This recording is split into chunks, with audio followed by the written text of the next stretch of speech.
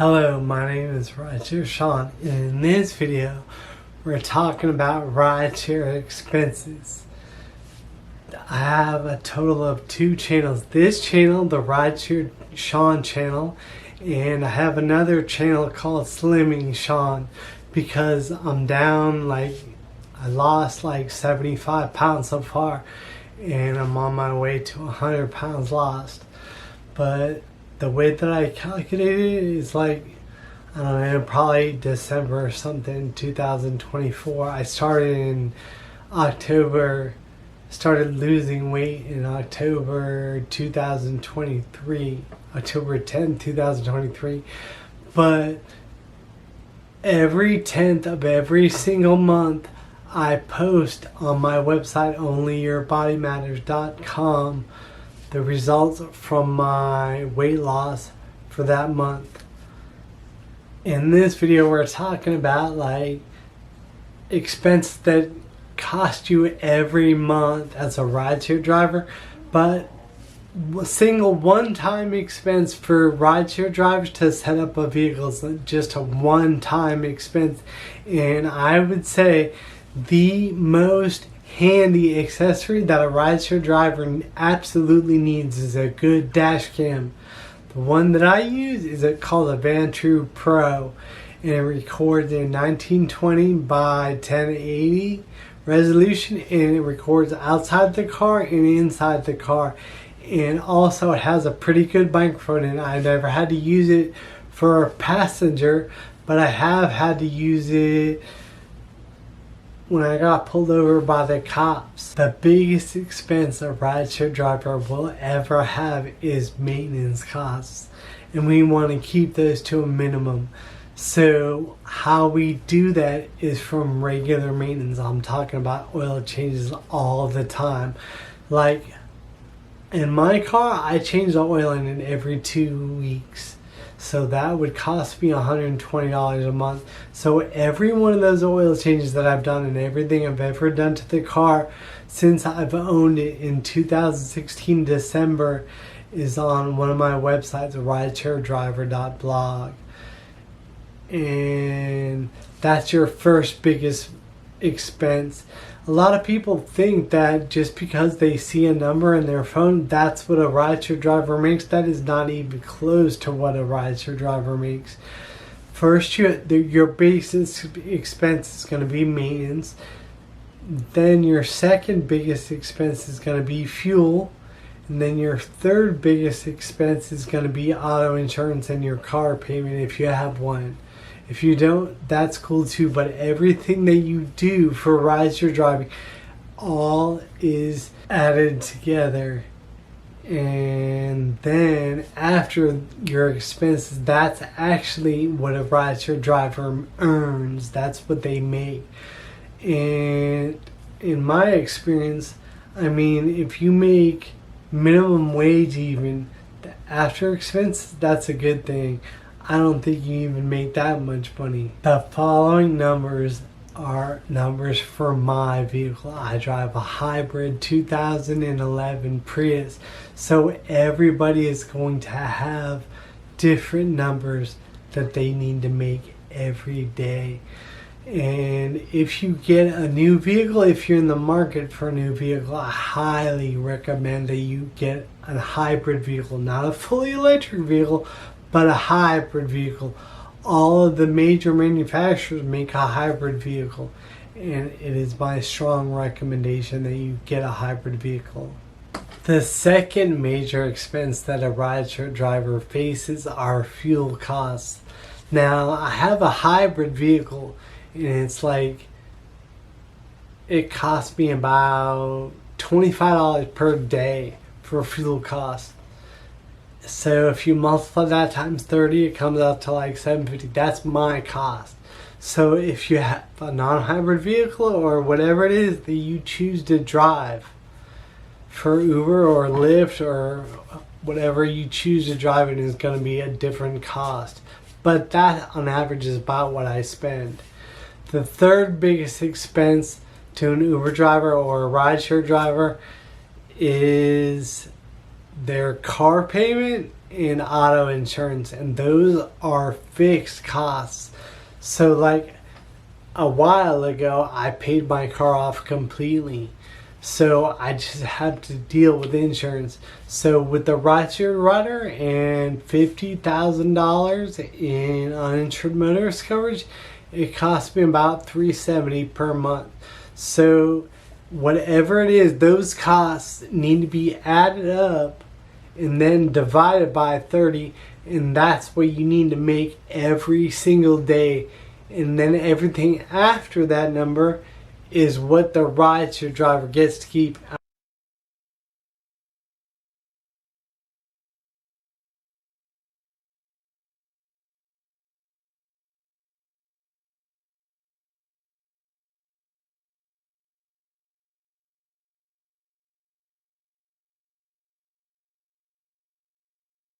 I would say it's even more than that, because there's parking, I mean there's tolls and there's car washes and there's tax prep, there's all kinds of other fees that are like not monthly and they're not your biggest fees. But for me, my regular maintenance costs, like the oil changes that I would do every 2 weeks on oil change Friday, it would be about $120 a month. Because when you get the oil change in your vehicle, if you use the Uber code, it's just Uber, it takes 15% off, and then it's that every 2 weeks makes it $120 per month. And then fuel costs are like $750 a month for me for a Prius. So if your car is not a hybrid, it's probably going to cost you a little more than that. Probably a lot more than that, I would think. And then insurance every month is $370. And that is with the rideshare rider and $50,000 of uninsured motorists. And what that does, what the rideshare rider does, is it covers you with all the coverage that you have when you are not driving rideshare. So when they ask you that question, in order to cover you, that you need to be off of any rideshare network that you drive for, whether it be Lyft or Uber right now, or there was another one called Juno. It's very important that you know the weather patterns in the area that you drive in. For example, I know that because I live in Manatee County, Florida, so I know that in Florida, hurricane season runs between June 1st and November 30th every single year. And every single year I have driven through this storm, except for Ian. I didn't drive through Hurricane Ian. It was a Category 4. The highest category storm is a Category 5. So if there's a Category 5 storm, you better be somewhere that is hidden away from the storm anyway, or some type of shelter or something. But I have driven, I've driven, of course, through Viewable. It was like nothing. And then